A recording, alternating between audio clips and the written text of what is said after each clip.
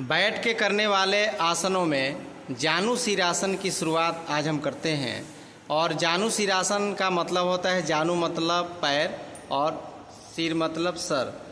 पैर में सर को सटाने का अभ्यास। अब दोनों हाथ से अपने अंगूठा को पकड़ेंगे और सांस को भर के छोड़ते हुए माथे को घुटने की तरफ ले जाना है और दोनों के हुनियों को ज़मीन की तरफ सटाने का प्रयास करना है। इसका नाम है जानुशीरासन। और जानुशीरासन का अभ्यास छोटे छोटे बच्चों से लेकर के और वृद्धावस्था तक इसको किया जा सकता है। यह शरीर को फ्लेक्सिबल बनाता है, लचीला बनाता है। बच्चों को लंबाई बढ़ाने वाला अभ्यास है, गैस कब्ज को दूर करने वाला अभ्यास है, सयाटिका के लिए रामबाण औषधि है यह। इसलिए जानुशीरासन का अभ्यास करने से सांसों के साथ अभ्यास करिए। लगातार सांस भरिए और दोनों हाथ लगाइए बहन जी। हाँ, भले माथा नहीं सटे, केहनी नहीं ज़मीन में जाए, लेकिन बैलेंस बना रहता है दोनों हाथ लगाएंगे तो।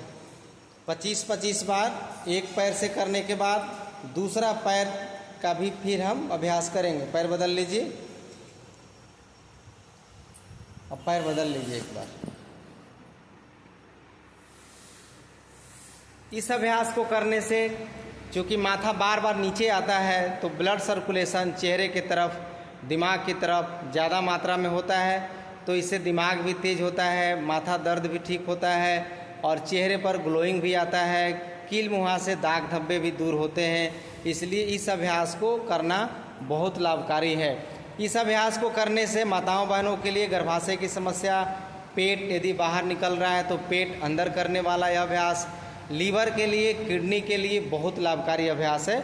अब इस अभ्यास को करने के बाद अब हम करेंगे पश्चिमोत्तानासन, यानी दोनों पैरों को सटा लेंगे। दोनों हाथ से आप अंगूठा पकड़ के और माथा को जैसे जानुशीरासन करते थे ठीक उसी प्रकार इस अभ्यास में भी करना है। प्रयास करना है, निरंतर गिन करके 25 बार करिए धीरे धीरे। पूरे पैर में आपका खिंचा होगा, बाजुओं में खिंचा होगा, पीठ की तरफ खिंचा होगा, पेट की तरफ खिंचा होगा। इसलिए इस क्रिया को 25 बार गिन के करें। 1 2 3, देखिए बहन जी बहुत अच्छा प्रैक्टिस कर रहे हैं। 4 5। आप अपने घरों में छोटे बच्चों से लेकर के बड़े वृद्ध सबको इस अभ्यास को करने की सलाह दीजिए। और इस अभ्यास को करने से शरीर लचीला रहता है, मेरुदंड लचीला रहता है और ऐसा करने से आपको भविष्य में कमर दर्द से लेकर के पीठ दर्द से लेकर के तमाम बीमारियां नहीं हो सकती हैं। प्रयास जारी है, प्रयास करते रहना है। अभ्यास करने से ही आप इसको पूर्ण कर सकते हैं। देखिए यहाँ पर बहन जी ने अच्छा अभ्यास किया। अब क्या करना है कि दोनों पैरों को खोल दीजिए। अभी मैं पूरा स्ट्रेचिंग वाला अभ्यास, पूरा पैर खोलिए और भ्रूनमनासन का अभ्यास करिए। दोनों हाथ आगे रख करके दोनों हथेली को एक दूसरे पे रख लेंगे और हाथ को सरकाते हुए आगे सरकाइए हाथ को, अभी जैसे कर रही थी। हाँ, ठीक इसी प्रकार जैसे घरों में मसाला सिलौट पर पीसा जाता था, ठीक यही क्रिया होती थी। आगे की तरफ हाथ को ले जाना, पीछे की तरफ लाना, इसे पूरा स्ट्रेचिंग हो रहा है। 10 बार कम से कम करें। आगे की तरफ ले जाइए।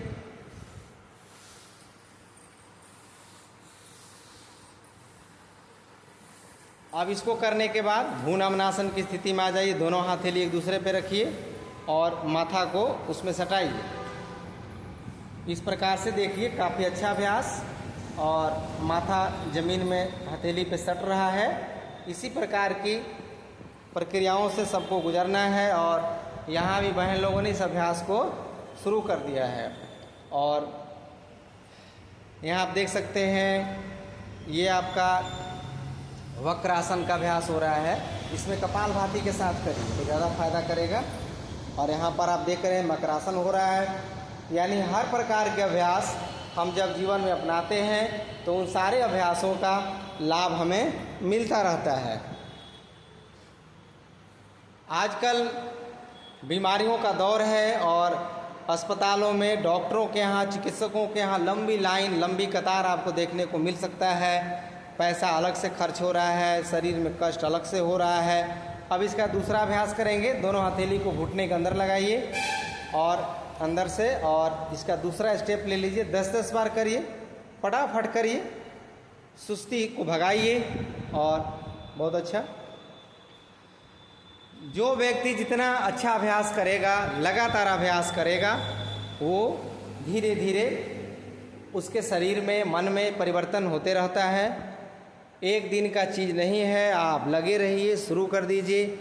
आजकल ना चमत्कार के चक्कर में, आजकल पाखंडियों का बहुत बोलबाला बढ़ रहा है और हर जगह चमत्कार के चक्कर में देश के पढ़े लिखे लोग, अनपढ़ लोग, सब लोग उसके चक्कर में फंस रहा है और इसका नज़ारा आपको हर जगह देखने को लगातार मिल रहा है। इसलिए हम अपने पूर्वजों के द्वारा बताए गए, अपने माँ बाप के द्वारा बताए गए उन पारंपरिक पूजा पद्धतियों के द्वारा ही हम ईश्वर का स्मरण करें, ध्यान करें, हमें वो अच्छे मार्ग की तरफ ले जाएगा।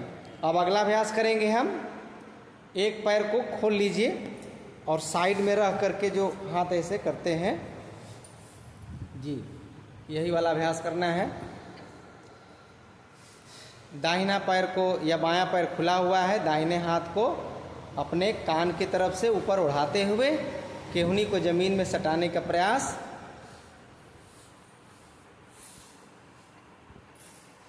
अब साइड के तरफ में यदि हमारा किसी प्रकार के नस नाड़ियों में दबाव आ रहा है तो वो धीरे धीरे खुलेगा, मांसपेशियां इससे सबल होती हैं, मजबूत होती हैं। और इस प्रकार का अभ्यास सांसों के साथ करेंगे तो मांसपेशियों में, सेल्स में, कोशिकाओं में ऑक्सीजन की मात्रा बढ़ने लगती है और वो हमारा सेल एनर्जाइज हो जाता है, ऊर्जावान हो जाता है। इसलिए इन सारे अभ्यासों का निरंतर अभ्यास आप करते रहें। इस क्रिया को दूसरे तरफ से भी आपको करना है, प्रार्थना के साथ करना है। हर सांसों के साथ ओम का उच्चारण करिए, कृष्ण का जाप करिए, राम जी का जाप करिए, शिव जी का जाप करिए। आप किसी भी देवी देवता का ध्यान करके आप अभ्यास करेंगे तो इसका बेनिफिट ज़्यादा आपको मिलेगा। एक तो अभ्यास का लाभ मिलेगा, दूसरा ईश्वर की कृपा हमारे ऊपर बनने लगती है। वो पैर बहन जी और उधर जाएगा आपका और पीछे जाएगा जी। तो अभी जो हमने अभ्यास बताया आपको, जानु सिरासन, उसके बाद पश्चिमोत्तानासन से लेकर के भ्रूण अमनासन से लेकर के, और ये सारे अभ्यास, स्ट्रेचिंग वाले अभ्यास बरसात के दिनों में करने से आपको विशेष लाभ मिलने वाला है। और इस अभ्यास को आप कम से कम 5 से 10 मिनट रोज कर लिया करिए। सुबह में करिए, समय है तो शाम को, दोनों टाइम कर लें या एक टाइम भी करेंगे तो आपको विभिन्न प्रकार की बीमारियों से मुक्ति आपको मिलना निश्चित